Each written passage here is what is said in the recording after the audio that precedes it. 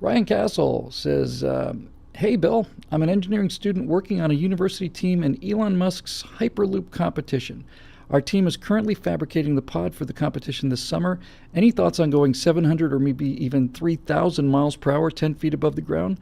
What's it like for a space-age kid to see Logan's Run quickly become a reality? That's a lovely question. First of all, congratulations on working so hard. And engineering degree is a much harder degree to get than a Musk studies degree, or an entrepreneurial studies degree, or a women's studies degree, or medieval Renaissance poetry, or whatever. Engineering is hard because there's math. So congratulations on that. And especially congratulations working for Elon Musk. And I know a lot of people who are real purists have a problem with Elon because he took some government money for development, and NASA's given him grants and stuff. But my take on that is, number one, he's the only hope we have. So I'm willing to look a little bit the other way on this. But secondly, he's accepting money to develop a technology that he would sell to the government as a private citizen. SpaceX is a private company. And when I am just about ready to give up the ghost, when I'm just absolutely convinced that the best days of this country are way behind us, that the American experience peaked on July 20th, 1969, then I watch these young people, and many of them millennials, who I've done nothing but trash pretty solidly. I see them standing around the big screens down there in Hawthorne, and I watch them land a rocket that has taken off back on its tail. And then they did it out at sea in what looked to me like a gale force winds. And I say to myself, the Russians haven't done this, the Chinese haven't done this, the Europeans haven't done this, no one's done this, but Elon Musk has done it. And Jeff Bezos has Blue Horizon has done it. Private Americans have done it. American individuals have done it. So Elon Musk is an enormous hero of mine, and I just think the world of him. I really do. Now, to the actual question, I'm virtually positive about this. I'm 99.5% positive, but I'm quite sure the Hyperloop is the idea of extremely high-speed travel. But the problem is, the engineering problem is, that you can't get much faster than 200 or 300 miles an hour on the ground.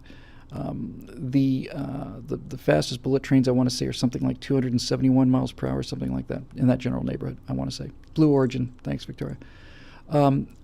So how do you do it? Well, the reason you can't get going that fast on the ground on rails is mostly a problem with air resistance.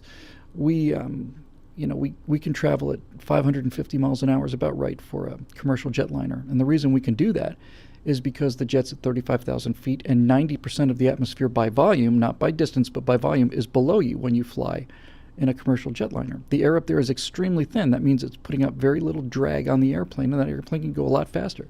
If you were to take a 747 or something and try to see what its top speed was at sea level, it'd be 200 knots less than that. The plane just couldn't go that fast because the air's too thick.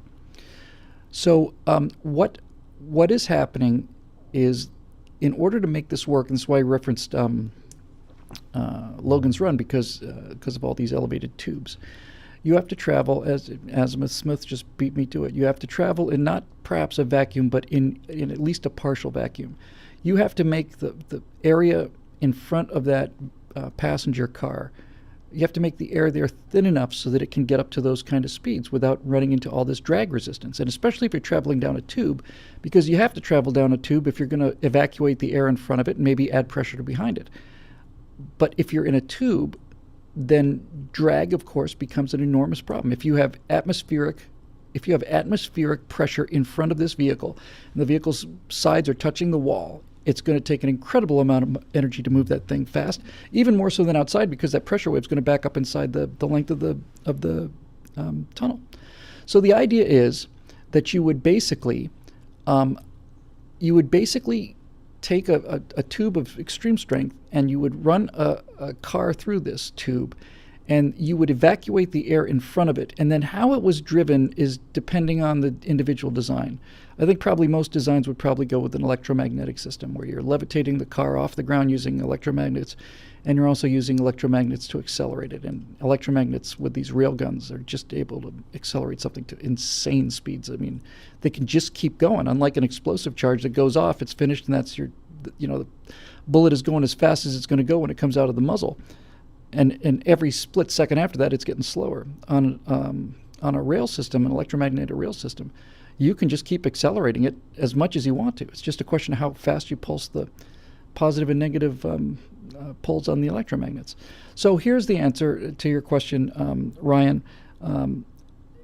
If we're let's just, for the sake of the argument, assume that we're talking about tubes that are, I think you said 10 feet or 20 feet above the ground, and in them are capsules like train compartments that are moving at least as fast as a jet airliner, which is 550 miles an hour, 600, 700, 800 miles an hour, 3,000 miles an hour was mentioned. It wouldn't be supersonic if it turned out that the air was thin enough. The thicker the air is, the lower the supersonic threshold becomes.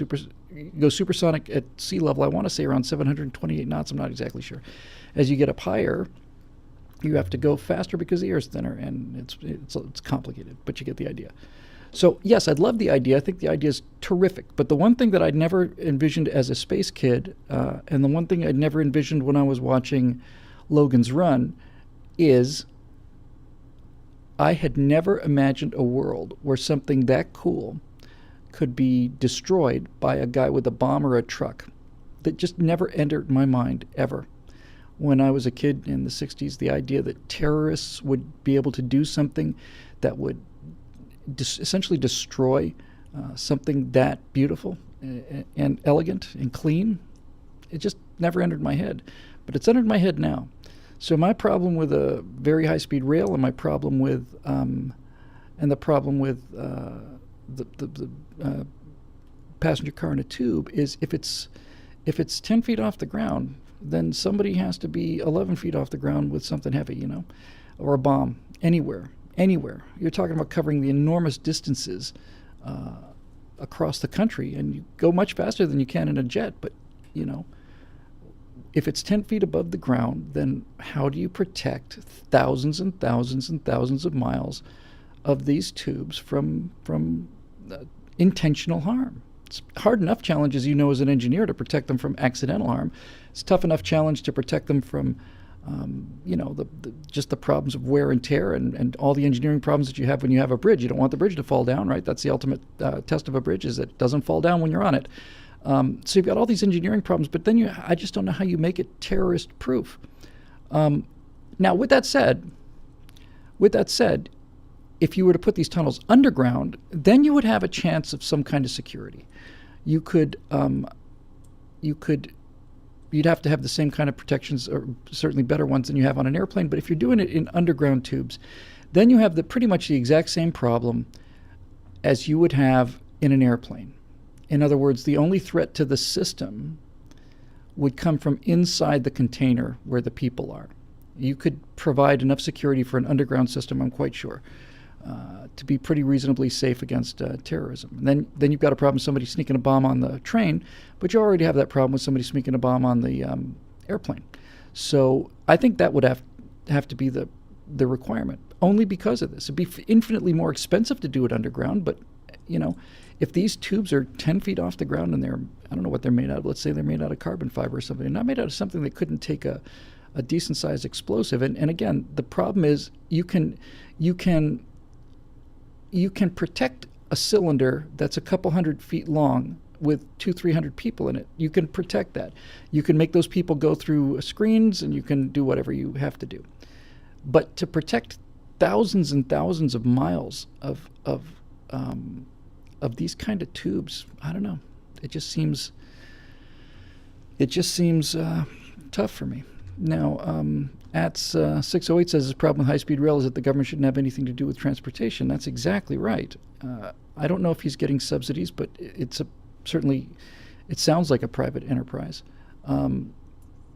There is an entire show to be done on a book I read called The Myth of the Robber Barons, and basically it looked at a number of people who were successful in the 1800s and 1900s into this period in American history. So what he did was he looked at these people who had been big successes and their projects. And what he did was he found out that there were two different kinds of entrepreneurs, and one of them was a a political entrepreneur, and the other was a market entrepreneur. The political entrepreneur is a guy who comes up with a steamboat like Robert Fulton, and then takes the steamboat design to the United States government and says, here's the steamboat, it's mine. I want exclusive rights to this passageway and so on. And the government says, okay, sure. And then, since it's a monopoly, there's no innovation, there's no price competition. And then along comes somebody like Cornelius Vanderbilt, who is dropped the price by a factor of 10 because he is running a tighter ship. His expenses are much more tightly controlled. He's doing volume, and he's making steamboat rides available to common people that never ever ever would have been able to afford that. And probably even a better example is if you look at the railroads out in the West in America, late 1800s, you find that I never get the name of these things right. I want to say Western Pacific or the Union Pacific. Anyway, these giant railroads were subsidized by the federal government, and the faster they got them built, the more money they would get. So they didn't spend a lot of time laying out the best possible routes, and they didn't put the best possible materials into the ground. They were just basically taking government money. And then 10 or 15 years after that line was completed, another guy whose name escapes me completed the Northwest Pacific, I want to say. This was a private line. And since it was a private line, he took the time to do extremely careful surveillance. It's Bert Folsom's book. It's called Myth of the Robber Baron. It's fantastic. Thanks very much, Times Judge. Excuse me. But what Dr. Folsom was pointing out was this. It might be the Great Northern. In any event, there was a private line, and this line had to spend its own money. And so what they did was they took a lot more time in the surveying, and it may not seem like it's important to you, but it is. If you find the most efficient route through a pass, that means that you have to spend less fuel and less energy getting that train over that pass every single time you run the chain. James J. Hill, Eisenhower, I think that's it. Yep.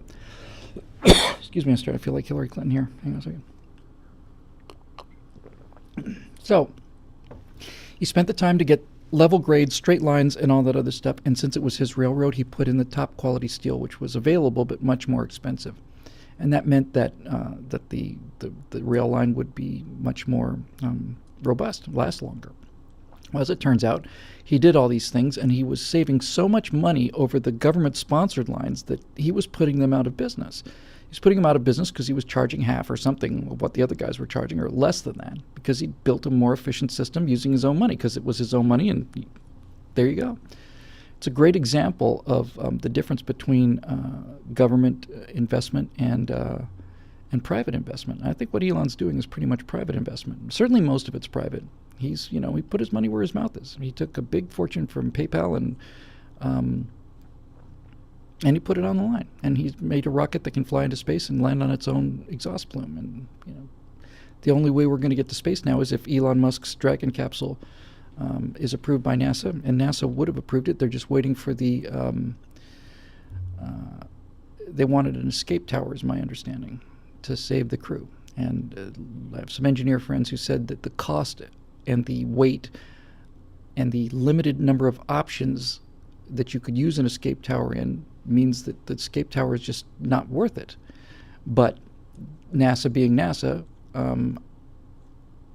they said, well, we don't care if it's a good idea or bad idea. We just simply cannot lose astronauts anymore. So things like that. I'll just give you one more quick example, and then I'm going to have to go, of this kind of thing. And it was Rand Simberg pointed this out to me. It's a really I've never done an afterburner. I won't be doing any more afterburners for a while, but I've never done anything on this exactly, but I need to. In England, in the early part of the 20th century, this exact same kind of thing happened, but they actually happened simultaneously. There was a new design for a dirigible, and there was a competition to build two of them. It was the R100 and the R101, and for the life of me, I cannot remember which one, but I'm virtually positive that it's the R101 was the government-sponsored dirigible. So here's basically the story. You've got a series of blueprints, enormously complex blueprints, and you've got something to build that's enormous, size of football fields. And the government took the set of prints and built one version, and a private company took the same exact set of prints and built another one. And every time that the government had anything to do with anything, they favored their own dirigible, which, as I say, I was pretty sure was R101, at the expense of R100. So R101 had a much, much nicer facility to be built in, and the inspection standards were lessened for R101, and all of this stuff, and basically all of the advantages that government could entail were put into the R101, while the R100 was dealing with shoestring budget and basically, scrapping for every penny. Well, as it turns out, because they had to be so careful and because they had to be so intellectually innovative, because they couldn't solve a problem by throwing money at it, R100 went out and served decades, I think, until the dirigibles just went away with the Zeppelin, with the Hindenburg. But R101 was going to go from Great Britain to, I want to say it was India or something.